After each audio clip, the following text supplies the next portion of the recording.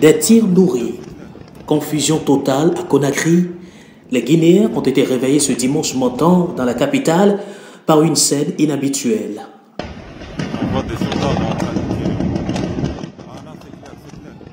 Aux manettes, des éléments de la force spéciale, ceux censés d'ailleurs protéger le président. Un rôle inversé visiblement. Dans la foulée, une annonce du ministère de l'Intérieur faisant état d'une riposte à une tentative. Quelque temps après, une autre annonce surprise sur les écrans de la télévision nationale.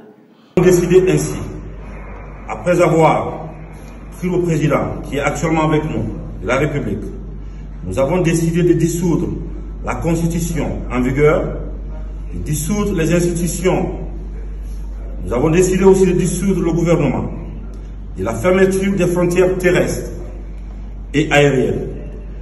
Le président, professeur Alpha Condé, prie alors par sa force spéciale, pas pour une protection cette fois-ci, mais pour le retrait des clés du pouvoir. Sur les réseaux sociaux, on aperçoit dans une vidéo amateur le président Condé dans un pick-up militaire assis au milieu des éléments de la force spéciale comme un quelconque citoyen en détresse.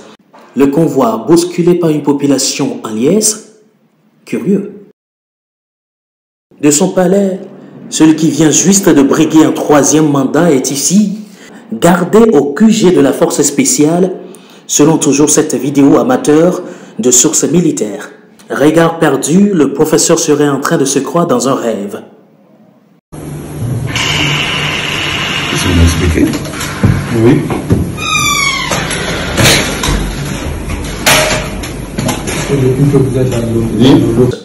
Au dehors, les manifestations et sentiments mitigés.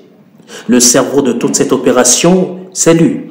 Colonel Mamadi Doumbouya, légionnaire français recruté personnellement par le chef de l'État Alpha Condé, à la tête d'une unité de force d'élite ayant pour rôle de protéger le président.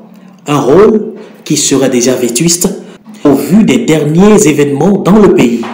Une histoire peu confortable pour le président Alpha Condé, l'homme de 83 ans, arrivé au pouvoir en 2010. Malgré les différentes condamnations de la communauté internationale, la CEDEAO en première ligne et plusieurs autres chefs d'État, le président Condé passe déjà quelques heures dans les locaux des mutins et le pouvoir aux mains du nouvel homme fort du pays, son protecteur d'hier.